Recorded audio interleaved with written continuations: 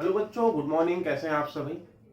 आशा है कि आप सभी बहुत ही अच्छे होंगे और दीपावली त्योहार की तैयारियों में लगे होंगे। त्योहार के इस माहौल के बीच हमें अपना जो मेन फोकस है वो बनाए रखना है और समय निकालकर अपनी पढ़ाई भी करते रहिए। बच्चों, अगर पढ़ाई आज आपको दर्द लगती है तो इस दर्द को सहते रहो और यकीन मानिए, एक दिन यही दर्द आपके जीवन की सबसे बड़ी ताकत बन जाएगी। चलिए वीडियो शुरू करते हैं। आज का टॉपिक है डेप्रिसिएशन, मूल्य ह्रास।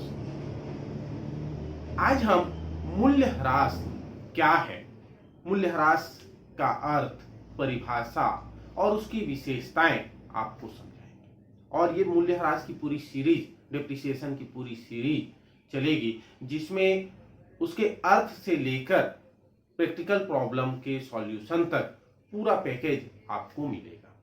आप सभी अपने पास कोई ना कोई संपत्ति जरूर रखते हैं और आपने देखा होगा कि जैसे जैसे हम उस संपत्ति का यूज करते जाते हैं, उसका प्रयोग करते हैं, उस संपत्ति की कीमत क्या होती है, कम होने लगती है।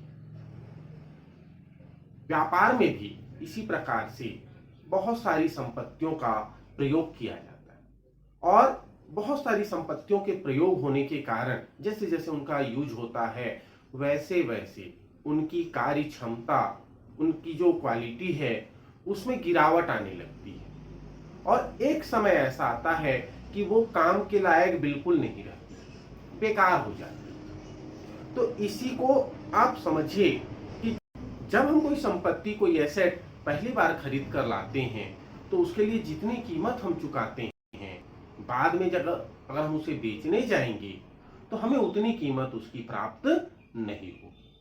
तो ये जो कमी है, ये कमी ही डेप्रिसिएशन या मूल्य ह्रास कहलाती है। और ये जो कमी है ये क्या होती है, धीरे धीरे आती है और समय के साथ साथ जैसे जैसे समय बीतता है वैसे वैसे ये कमी आगे बढ़ती जाती है। मतलब अगर आप उस संपत्ति को इस साल बेचेंगे तो आपको ज्यादा मिलेगा, 6 महीने बाद बेचने जाएंगे तो और कम मिलेगा, 1 साल बाद बेचने जाएंगे तो और कम मिलेगा, 5 साल बाद बेचने जाएंगे तो हो सकता है कि कुछ ना मिले। ठीक है, तो मूल्य ह्रास का अर्थ क्या है? देखिए, मूल्य ह्रास का अर्थ किताबी भाषा में, पुस्तकी भाषा में अगर हम देखें तो इसका अर्थ होता है कई संपत्तियों का व्यापार में निरंतर प्रयोग होने के कारण उनके मूल्य, मात्रा एवं गुणों में कमी आ जाती है और भविष्य में संपत्ति अनुपयोगी हो जाती है तथा उसका बाजार मूल्य या तो शून्य हो जाता है या अकिंचन ही रह जाता है, नाम मात्र का रह जाता है। इस प्रकार संपत्ति के निरंतर प्रयोग के कारण उसकी उपयोगिता, कार्य क्षमता तथा मूल्य में स्थायी एवं निरंतर होने वाली कमी को बही खाता की भाषा में मूल्य ह्रास, अवक्षय या घटौती, घिसारा कहते हैं। ये जो है ये मूल्य ह्रास का अर्थ है। यहां हमने देखा कि व्यापार में कोई भी संपत्ति का मतलब क्या है, स्थायी संपत्ति। याद रखिएगा, ह्रास केवल स्थायी संपत्तियों पर ही लगता है। और स्थायी संपत्तियां क्या होती हैं? भवन, फर्नीचर, मोटर, गाड़ी, है ना, ये स्थायी संपत्ति है। ठीक है, और इन स्थायी संपत्तियों पे ह्रास लगाया जाता है जिनका अपना एक निश्चित लाइफ होता है, जीवन काल होता है। अब आप ये भी सवाल कर सकते हैं, ये पूछ सकते हैं कि भूमि भी स्थायी संपत्ति है, फिक्स्ड एसेट है, तो क्या भूमि पे भी ह्रास लगेगा? तो आपको बता दें कि भूमि पर ह्रास नहीं लगता है। भूमि पर ह्रास नहीं लगता है। आपने देखा होगा कि जैसे जैसे समय बीतता है भूमि का रेट बढ़ता जाता है, घटता नहीं है, उसकी कीमत बढ़ती है। इसका कारण क्या है? इसका कारण यह है कि ह्रास केवल उन्हीं संपत्तियों पर लगेगा जिनका अपना एक निश्चित जीवन काल होगा, लेकिन भूमि का अपना कोई निश्चित लाइफ टाइम नहीं होता है। वो अनलिमिटेड समय के लिए है, इसलिए उस पे ह्रास नहीं लगता। बिल्डिंग पे लगेगा, जो बिल्डिंग है आपके पास उस बिल्डिंग पे ह्रास लगेगा। बिल्डिंग पे ह्रास क्यों लगेगा? बिल्डिंग पे ह्रास इसलिए लगेगा क्योंकि बिल्डिंग आज नहीं, 50 साल बाद, 50 साल नहीं, 100 साल बाद, और 100 साल नहीं तो 200 साल बाद, लेकिन कभी ना कभी वो नष्ट हो जाएगी, वो टूट फूट जाएगा, और एक समय ऐसा आएगा कि वो पूरी तरह से धराशायी हो जाएगा।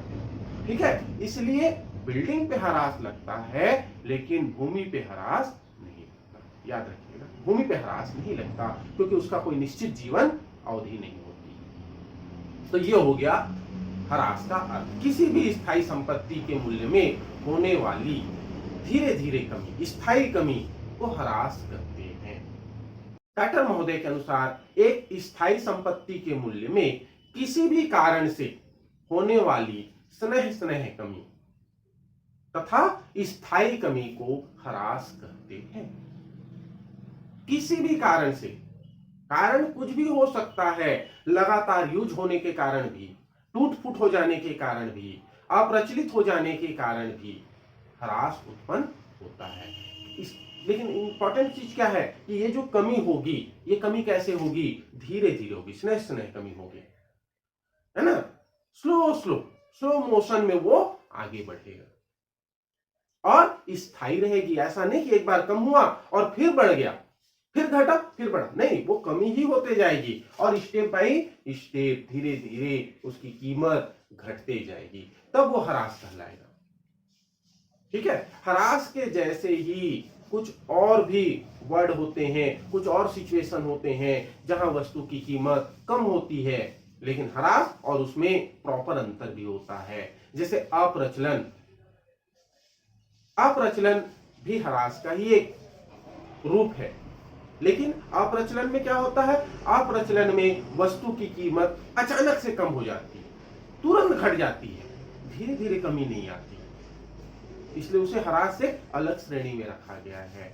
उच्चावचन, उतार चढ़ाव, हम जानते हैं कि बाजार में वस्तुओं की कीमत कभी कम हो जाती है और कभी बढ़ जाती है। कोई भी सामान अगर हम देखें, ठीक है, तो कभी उसकी कीमत क्या होती है? घटती है, और कभी उसकी कीमत बढ़ जाती है। जैसे मान लो हम एक सामान्य सा उदाहरण ले, टमाटर ले, प्याज ले, कभी देखते हैं कि 20 रुपए किलो रहता है, कभी 50 रुपए, कभी 100 रुपए किलो हो जाता है। तो ये क्या है?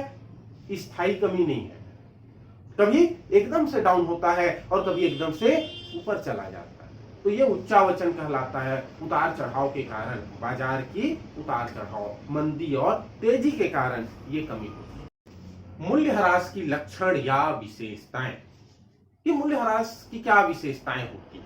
तो देखिए, पहली विशेषता, जब देखिए एक चीज क्लियर करिए कि जब भी आप किसी बात को, किसी चीज को अच्छे से समझ जाते हैं, उसके अर्थ को, उसके महत्व को, है ना, तो उसकी विशेषताएं भी आपको क्लियर समझ में आ जाती हैं। मूल्य ह्रास की पहली विशेषता यह है कि मूल्य ह्रास का संबंध केवल किससे होता है? स्थायी संपत्तियों से होता है। मूल्य ह्रास का संबंध स्थायी संपत्तियों से ही होता है, ये उसकी पहली विशेषता है। संपत्ति स्थायी भी होती है और अस्थायी भी होती है, चल संपत्ति भी होती है और अचल संपत्ति भी होती है।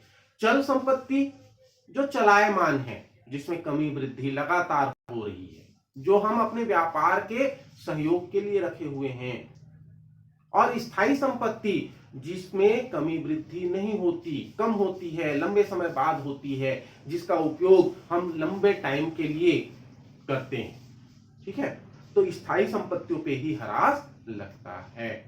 दूसरी विशेषता क्या है कि जो कमी होती है, वो कमी कैसे होती है? धीरे धीरे होती है, स्टेप बाय स्टेप होती है। अगर हम आज सामान बेचने जाएंगे तो जितनी कीमत मिलेगी, 3 महीने बाद बेचने जाएंगे तो कम मिलेगी, 5 महीने बेचने बाद बेचने जाएंगे और कम मिलेगी, साल भर बाद उसमें और कमी आ जाएगी, लेकिन ये कमी स्टेप बाय स्टेप धीरे धीरे होगी। तीसरी विशेषता क्या है? तीसरी विशेषता ये है कि ये व्यापार का एक क्या है? अनिवार्य व्यय, व्यापारिक व्यय है। जिस तरह से किसी कर्मचारी के काम के बदले में हम उसको क्या देते हैं? वेतन देते हैं। मजदूर के काम के बदले में उसे मजदूरी दी जाती है। हम जिस बिल्डिंग का यूज कर रहे हैं उस बिल्डिंग के यूज के बदले में उसके मालिक को हम किराया देते हैं, रेंट देते हैं। उसी तरह से संपत्तियों के उपयोग के बदले में ये ह्रास काटा जाता है। ठीक है, तो ये क्या है? व्यापार का एक अनिवार्य व्यय है, व्यापारिक व्यय है। वेतन, कमीशन, ब्याज, इसी तरह से मूल्यह्रास भी एक व्यय है। पर याद रखिएगा ये गैर नगद व्यय है, नॉन कैश। मतलब यहां पर पैसे किसी को देने नहीं पड़ते हैं। पैसे नहीं देने पड़ते तो व्यय कैसे है? हम वेतन की बात करते हैं तो वेतन में पैसा देते हैं, किराया की बात करते हैं तो किराए के रूप में भी हम पैसे देते हैं। लेकिन हम कह रहे हैं कि मूल्यह्रास में तो व्यय है लेकिन पैसे नहीं देने हैं। तो फिर जब पैसा नहीं देना है तो व्यय कैसे हुआ? व्यय क्या होता है? देखिए, व्यय होता है वो चीज जिससे हमारे लाभ में कमी आती है। ह्रास के कारण भी हमारा लाभ क्या होता है? घट जाता है। इसलिए ह्रास को भी व्यय की श्रेणी में रखा जाता है। इसके लिए हमें किसी को पेमेंट नहीं करना है, किसी को पैसे नहीं देने हैं, लेकिन फिर भी ये क्या है? व्यय है। ठीक। चौथी विशेषता है कि इसका संबंध पुस्तकीय मूल्य से होता है। ह्रास का संबंध किससे होता है? पुस्तकीय मूल्य से होता है। पुस्तकीय मूल्य का कहने का मतलब क्या है? कि हमारी पुस्तकों में हमने उस संपत्ति की जो कीमत लिखी हुई है उसी कीमत से ह्रास का संबंध होता है। हम उस पर उसका कैलकुलेशन करते हैं, ना कि आज बाजार में, मार्केट में उसकी कीमत क्या है उस पे हम उसका वैल्यूएशन नहीं करते। जैसे मोबाइल, आप जानते हैं ना, मोबाइल आप जब खरीदे थे तो वो हो सकता है कि 15,000 का हो, 12,000 का हो, 20,000 का हो। अब हम जानते हैं कि मोबाइल की कीमत धीरे धीरे मार्केट में क्या हो जाती है? घटते जाती है ना। जितना लॉन्चिंग के टाइम जब वो पहली बार मार्केट में आता है तो जो कीमत होती है, कुछ समय बाद मार्केट में नई मोबाइल की कीमत भी क्या होने लगती है? घटने लगती है, कम होने लगती है। ठीक है, ये आपको मालूम है। लेकिन अगर हम उस पर डेप्रिसिएशन निकालते तो उसका डेप्रिसिएशन निकालते समय हम मार्केट की कीमत को नहीं, हम जितने में खरीदे थे उस कीमत पर, यही पुस्तकीय मूल्य कहलाता है। हमने अपनी पुस्तकों में उसके क्रय के समय जो कीमत लिखी है वही पुस्तकीय मूल्य कहलाता है। और ह्रास का संबंध उस पुस्तकीय मूल्य से ही होता है, न कि मार्केट के मूल्य से। ठीक है। लास्ट विशेषता क्या है? मूल्यह्रास की अंतिम विशेषता ये है कि मूल्यह्रास स्थायी कमी होती है। इस पे जो कमी आती है ये स्थायी होती है, फिक्स्ड होती है। इस पे कभी कमी कभी वृद्धि, कभी कमी कभी वृद्धि, ऐसा नहीं होगा। कम होगा, एक बार होगा और वो घटते जाएगा। ठीक है, इसका जो ग्राफ बनेगा वो ऊपर डाउन अप डाउन नहीं होगा, वो केवल और केवल डाउन जाएगा। क्लियर है? तो आज हमने देखा मूल्यह्रास का अर्थ, मूल्यह्रास किसे कहते हैं? किसी भी स्थायी संपत्ति के मूल्य में होने वाली धीरे धीरे कमी को ह्रास कहते हैं। कारण कुछ भी हो सकता है, समय बीत जाने के कारण।